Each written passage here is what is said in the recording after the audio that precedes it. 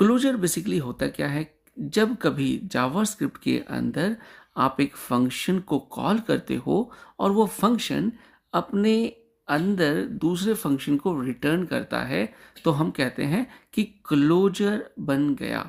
अब इसको एक बहुत ही सिंपल एग्जांपल से भी आपको समझाता हूँ। यहाँ देखिए हमारे पास एक जावास्क्रिप्ट का कोड है जिसके अंदर एक फंक्शन है।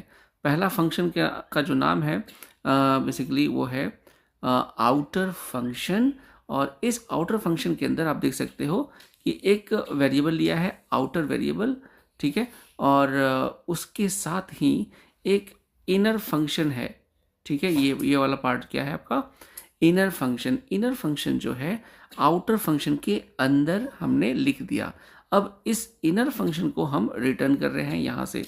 इसका मतलब क्या है कि जब हम आउटर फंक्शन को एग्जीक्यूट करेंगे तो ये वाला जो फंक्शन है क्या रिटर्न करेगा, ये रिटर्न करेगा आपको इनर फंक्शन, और ये इनर फंक्शन रिटर्न होके इस माई क्लोजर नाम के वेरिएबल में स्टोर हो जाएगा।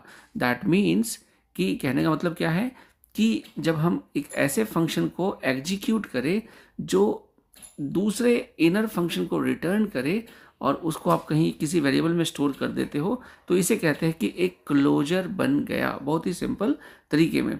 अब फ़ायदा क्या है, क्लोजर का फ़ायदा देखो क्या होता है कि जो इनर फंक्शन होता है ये वाला, ठीक है, ये जो आपका इनर फंक्शन का जो ये एरिया है, ये इनर फंक्शन इस आउटर फंक्शन के वेरिएबल को एक्सेस कर सकता है। मतलब inner function can access this outer variable.